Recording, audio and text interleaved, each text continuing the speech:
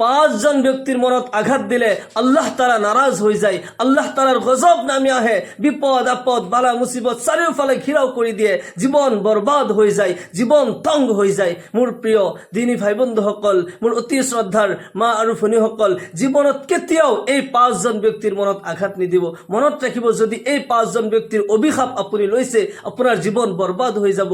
আপোনাৰ টকা পয়সা ধন সম্পত্তি যিমানেই আপোনাৰ নাথাকক কিয়, আপোনাৰ জীবন শান্তি নহয়, জীবন তং হয়ে যাব, জীবন অশান্ত হয়ে যাব, আপনি অন্ধকারত ডুবি যাব লাগিব, ইহকাল পৰকালৰ বৰবাদী নিশ্চিত হয়। মোৰ প্রিয় দিনী ভাই বন্ধুসকল, এক নম্বরত কোনো সন্তানে কোনোদিন মা বাবার অভিশাপ নলব, মা বাবার মনত আঘাত নিদিব।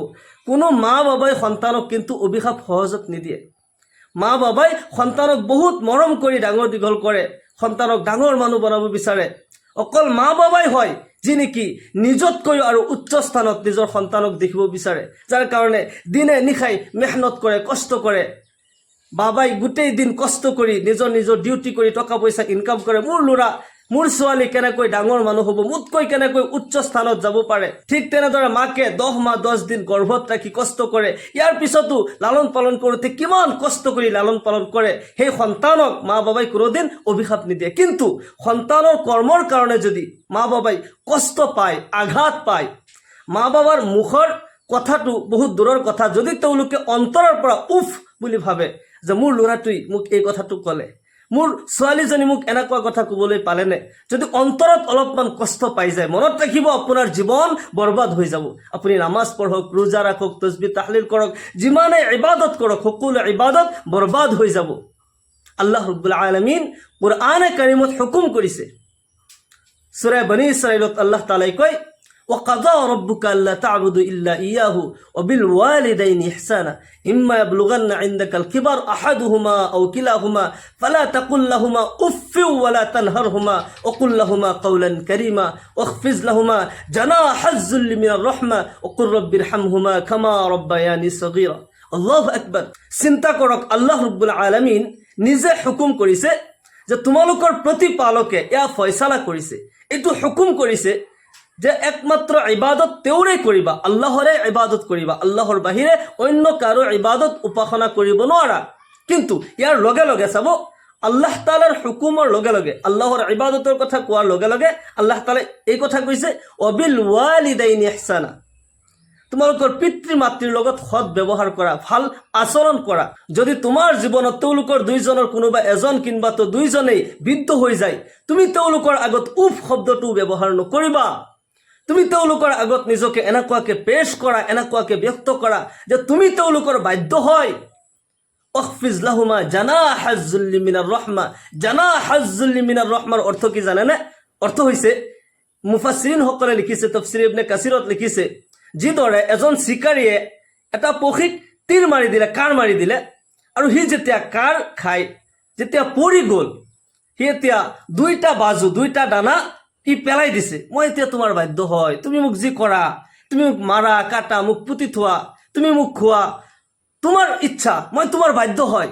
অখফিজ লাহুমা জানাহাজ যুল্লি মিনাৰ ৰহমাৰ অৰ্থ হৈছে যে পক্ষীক যেতিয়া কাঁড় মাৰি দিয়া হয় বা গুলি কৰি দিয়া হয়, সি দুইটা পাখা এৰি পৰি যায়, মই তোমাৰ বাধ্য হয়।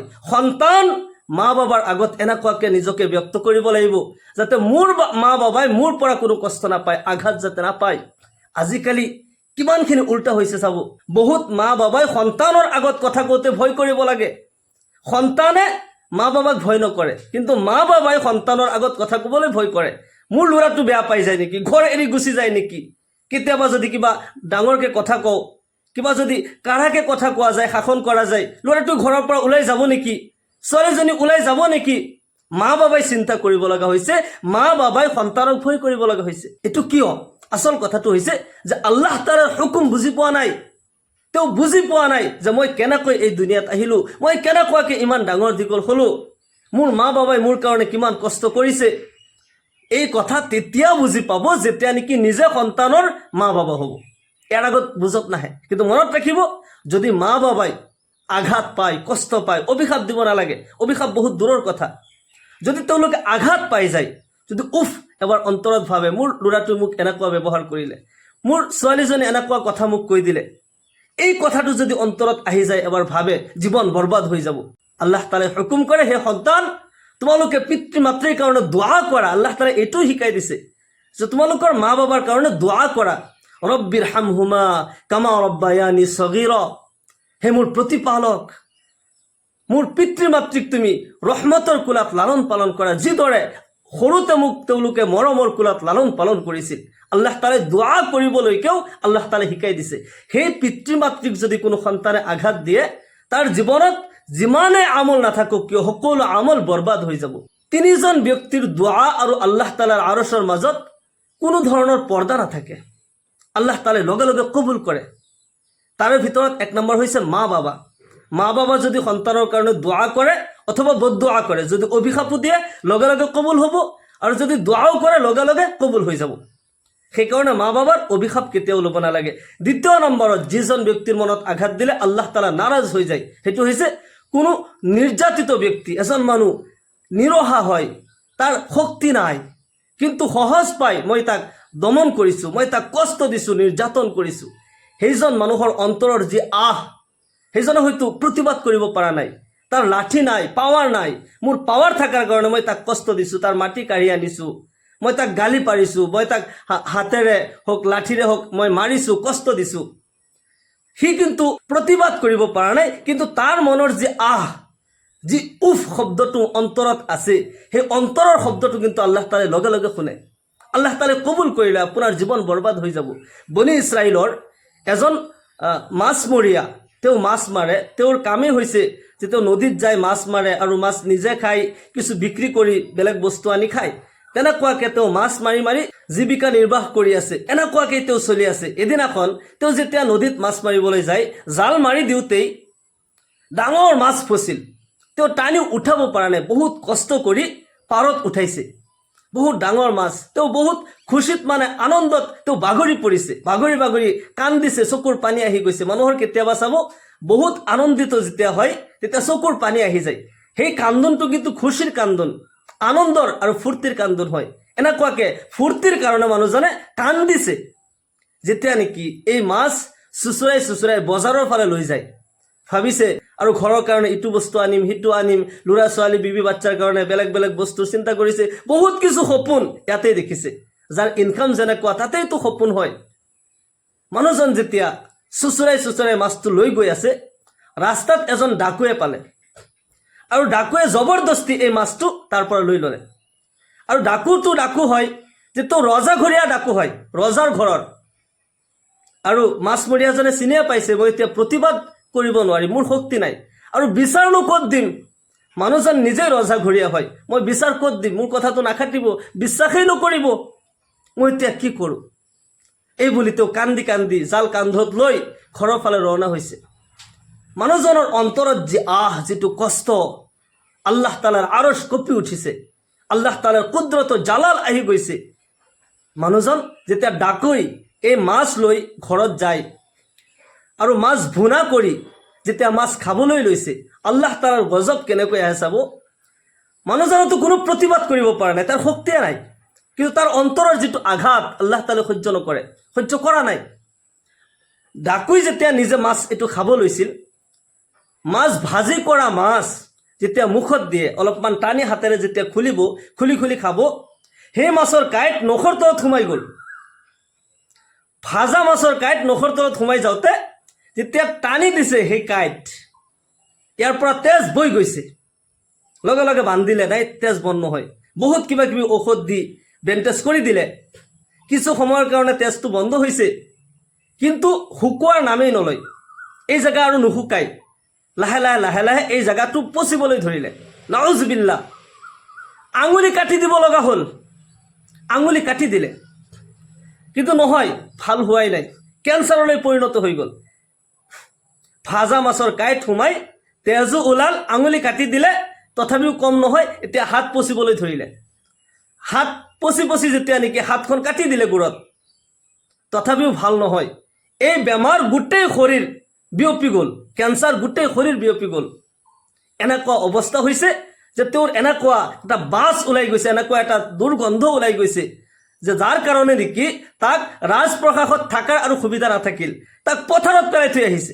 যাক নেকি সকলোৱে সন্মান কৰে, তেওঁ এটা মাছমৰীয়াক কষ্ট দিয়াৰ কাৰণে, মাছমৰীয়াৰ পৰা জবৰদস্তি মাছ লৈ অহাৰ কাৰণে আল্লাহ তাআলাই এনেকুৱা আজাব তাক দিছে যে সি আৰু ঘৰত থাকিব পৰা নাই, তাক পথাৰত পেলাই থৈ আহিছে। সি জিন্দা হয়, তাৰ ৰুহ এতিয়ালৈকে ওলাই যোৱা নাই। তাক চিলনীয়ে খাইছে, শগুনে খাইছে, বিভিন্ন জীৱ জন্তুই টানি টানি তাৰ শৰীৰৰ মাংস খাইছে। নাউজুবিল্লাহ, এনেকুৱা শাস্তি দি, এনেকুৱা আজাব দি আল্লাহ তাআলাই তাক ধ্বংস কৰিছে, তাক আল্লাহ তাআলাই বৰবাদ কৰি দিছে। সেইকাৰণে মনত ৰাখিব, যেতিয়া কোনোবা নিৰ্যাতিত মানুহ, যেতিয়া কোনোবা নিৰহা মানুহ পায়, তাক কষ্ট নিদিব। সহজ পায় বোলে মানুহজনে প্ৰতিবাদটো কৰিব নোৱাৰে, কিন্তু অন্তৰ, আল্লাহ তাআলাই অন্তৰৰ কথাটো শুনে। তেওঁ হয়তো প্ৰতিবাদ কৰা নাই বা প্ৰতিবাদ কৰিব নোৱাৰে, পইচাও নাই, শক্তিও নাই, কিন্তু তাৰ মনত যদি আঘাত পাই যায়, আল্লাহ তাআলাই সহ্য নকৰে, আৰু ইয়াৰ কাৰণে শাস্তি কোনফালে হ'ব আপুনি কল্পনাও কৰিব নোৱাৰিব। সেইকাৰণে কোনোবা নিৰহ মানুহ পায়, তেওঁলোকক কোনোদিন কষ্ট দিব নালাগে। তৃতীয় নম্বৰত যিজন ব্যক্তিৰ মনত আঘাত নিদিব সেইজন হৈছে মুছাফিৰ। মুছাফিৰৰ দুআ আৰু আল্লাহ তাআলা আৰশৰ মাজত কোনো পৰ্দা নাথাকে, আল্লাহ তাআলাই লগে লগে কবুল কৰে। 4 নম্বৰত পকা দাড়ি থকা মানুহ, উমৰ দাৰাজ মানুহ, তেওঁলোকৰ অভিশাপ ল'ব নালাগে, তেওঁলোকৰ মনত কোনোদিন আঘাত দিব নালাগে। হাদিস শরীফত আহিছে, আল্লাহর রসুল জনাবে মুহাম্মদুর রাসূলুল্লাহ সাল্লাল্লাহু আলাইহি সাল্লাম ইরশাদ করে, মান আকরামা শাবুন শাইখান মিন আজলি সিন্নিহি ইল্লা কাইয়াজাল্লাহু ইনদা সিন্নিহি মা ইউকরিমুহু। আল্লাহু আকবার। যিজন যুৱকে এজন বয়সস্থ মানুহক মাত্ৰ তেওঁতকৈ বয়সত ডাঙৰ হোৱাৰ কাৰণে সন্মান কৰিলে, মনত ৰাখিব, ভালকৈ বুজিব, যিজন যুৱকে এজন বয়সস্থ মানুহক মাত্ৰ বয়সত ডাঙৰ হোৱাৰ কাৰণে সেইজনক সন্মান দিলে। হ'ব পাৰে মানুহজন অশিক্ষিত হয়, আপুনি বহুত শিক্ষিত, বহুত জ্ঞানী, আৰু যিজন আপোনাৰ আগত আছে তেওঁ আপোনাতকৈ বয়সত ডাঙৰ কিন্তু অশিক্ষিত, হ'ব পাৰে তেওঁ অশিক্ষিত, কিন্তু মাত্ৰ আপোনাতকৈ বয়সত ডাঙৰ হোৱাৰ কাৰণে আপুনি সন্মান জনালে। আল্লাহৰ ৰসুল সাল্লাল্লাহু আলাইহি সাল্লাম ইৰশাদ কৰে, আল্লাহ তাআলাই এইজন যুৱকৰ বৃদ্ধ অৱস্থাত, এইজন যুৱকতো বৃদ্ধ হ'ব লাগিব। এনেকুৱা নহয় যে মই গোটেই জীৱন যুৱক হৈ থাকিম, এদিনতো বৃদ্ধ হ'ব লাগিব। এইজন যুৱক যেতিয়া বৃদ্ধ হ'ব, আল্লাহ তাআলাই তাৰ জামানাত এনেকুৱা যুৱক সৃষ্টি কৰি দিব যিসকলে নেকি এইজনক সন্মান কৰিব, ইকৰাম কৰিব। আল্লাহু আকবাৰ। তাৰমানে ইয়াৰ অৰ্থ হৈছে যোনে যি কৰিব সেয়াই পাব। বয়সস্থ মানুহক যদি বুঢ়া বুলি গালি দিয়ে, একো নাজানে, বুঢ়া হৈছে একো নাজানে বুলি অসন্মান কৰে, মনত ৰাখিব এই সময় আপোনাৰো আহিব, আপুনিও সেই সময়ত বেইজ্জতি হ'ব, অসন্মানী আপুনিও হ'ব লাগিব। সেইকাৰণে উমৰ দাৰাজ যিসকল বয়সস্থ, যিসকল নেকি মোতকৈ বয়সত ডাঙৰ হয়, যদিও অশিক্ষিত, তেওঁলোকক সন্মান কৰিব লাগে। আল্লাহ ৰসুল সাল্লাল্লাহু আলাইহি ওয়াসাল্লাম ইৰশাদ কৰে, আল্লাহ তাআলাই তেওঁক সেই সময়ত সন্মান দিব, এনেকুৱা যুৱক সৃষ্টি কৰি দিব যিসকলে নেকি তেওঁক সন্মান জনাব, ইকৰাম কৰিব, আদব কৰিব। 5 নম্বৰত যি ব্যক্তিৰ মনত আঘাত দিলে আল্লাহ তাআলা নাৰাজ হৈ যায়, জীৱনত পেৰেশানি বালা মুসিবত আহে, সেইজন হৈছে বিকলংগ। কোনো বিকলংগ, কণা খুৰা লেঙেৰা, তেওঁলোকক কোনোদিন কষ্ট দিব নালাগে। যেতিয়া ৰাস্তাত ফচি আছে এজন অন্ধ মানুহ, আপুনি যদি কমচে কম তাক আগবাঢ়ি দিয়ে, সি আপোনাক দোৱা দিব। যদি আপুনি অন্ধ মানুহ পাই ঠাট্টা কৰে, আপুনি যদি তাক গতা মাৰি পেলাই দিয়ে, সিটো দেখা নাই আপোনাক, কিন্তু তাৰ মনত যি আঘাত পাব, আল্লাহ তাআলাই লগে লগে কবুল কৰিব, আপোনাৰ জীৱন বৰবাদ হৈ যাব। পাৰিলে কাৰোবাক সহায় কৰিব লাগে। হাদিস শৰীফত আহিছে, আল মুছলিমু মান সালিমাল মুছলিমুনা মিন লিসানিহি ওয়া ইয়াদিহি। প্ৰকৃত মুছলমান সেইজন যাৰ হাতৰ দ্বাৰা, যাৰ কৰ্মৰ দ্বাৰা, যাৰ জুবানৰ দ্বাৰা সকলো নিৰাপদে থাকে। আপুনি কমচে কম যদি কাৰোবাক ভাল কৰিব নোৱাৰে, কমচে কম ক্ষতি কৰিব নালাগে, তেতিয়াহে আপুনি প্ৰকৃত এজন মুছলমান হয়। সেইকাৰণে এই 5জন ব্যক্তিৰ মনত কোনোদিন আঘাত নিদিব, কষ্ট নিদিব, পাৰিলে দোৱা ল'ব। তেওঁলোকৰ দোৱা ল'লে ইহকাল পৰকালত কামিয়াবী হাসিল কৰিব পাৰিব। মহান আল্লাহ তাআলাই আমাক সকলোকে কোৱা আৰু শুনাতকৈ বেছি বেছি আমলৰ তৌফিক দান কৰক। সকলোকে আল্লাহুম্মা আমিন। ওয়া আখিৰু দাওয়ানা আলহামদুলিল্লাহি ৰাব্বিল আলামিন। আসসালামু আলাইকুম ওয়া ৰাহমাতুল্লাহি ওয়া বাৰাকাতুহু।